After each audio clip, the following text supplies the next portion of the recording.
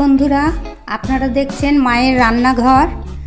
আমাদের বাঙালির প্রিয় মিষ্টি গোলাপজাম আমি করব।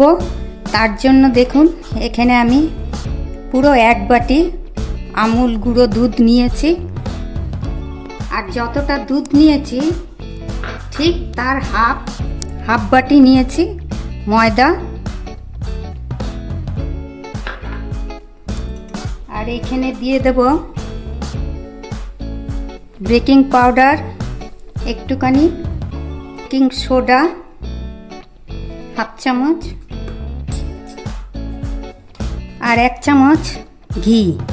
এইটা দিয়ে ভালো করে খুব মাখবো।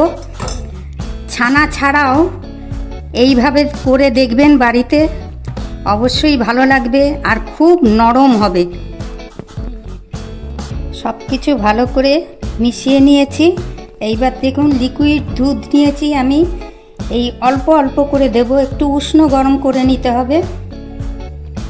অল্প করে দুধ দিয়ে দিয়ে মাখবো।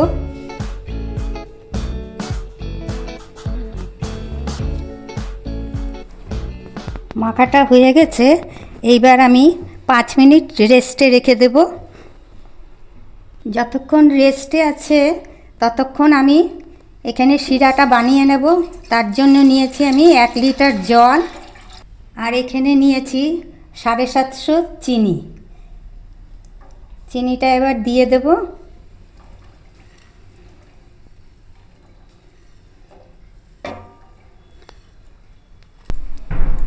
এখানে আমি 4টে এলাচ নিয়েছি, এলাচ দিয়ে দিলাম। দিয়ে ভালো করে নাড়িয়ে নিতে হবে। শিরাটা কিন্তু খুব বেশি ঘন হবে না, একটু পাতলাই হবে। ফুটে উঠলে তারপরে নামিয়ে রাখবো। শিরা দেখুন খুব ভালো করে ফুটে গেছে। এইবার গ্যাস আমি অফ করে দেব, দিয়ে ঠান্ডা করতে দেব।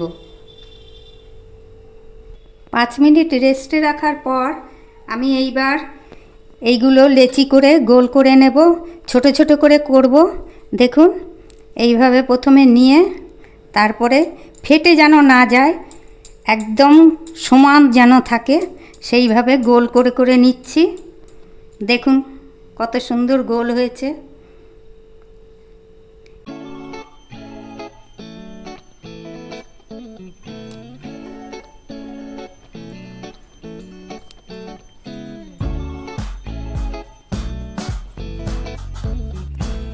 সবকটি দেখুন আমার বানানো হয়ে গেছে। এখানে মোট হয়েছে 14 পিস।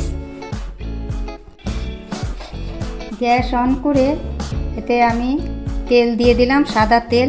বেশ কিছুটা তেল দিতে লাগবে। এবার ভেজে নেব। সিম করে ভাজতে হবে। এবার তেলটা খুব বেশি গরম হলে হবে না, আঙুল দেওয়া যাচ্ছে এই রকম গরমে। এইবার একটা একটা করে আমি ছাড়বো।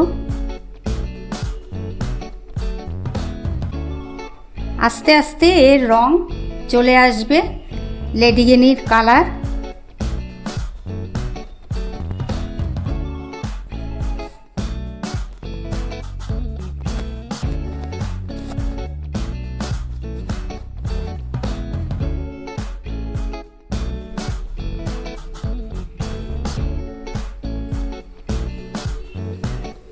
দেখুন লেডিকেনির কালার চলে এসছে, আর ফুলে কতটা বড় হয়েছে।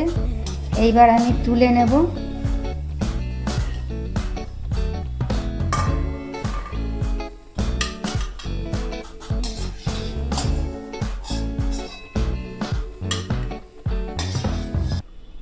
শিরা করে রেখেছিলাম, দেখুন শিরাতে এবার আঙুল দিচ্ছি। খুব বেশি ঠান্ডাও থাকবে না, খুব বেশি গরমও থাকবে না, আঙুল দেওয়া যাবে। এই রকম অবস্থাতে আমি এবার লেডিকেনিগুলো দিয়ে দেব।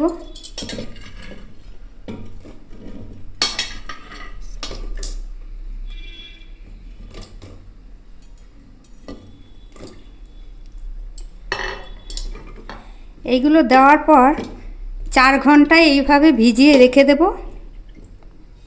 রসটা তাহলে টানবে এর ভিতরে।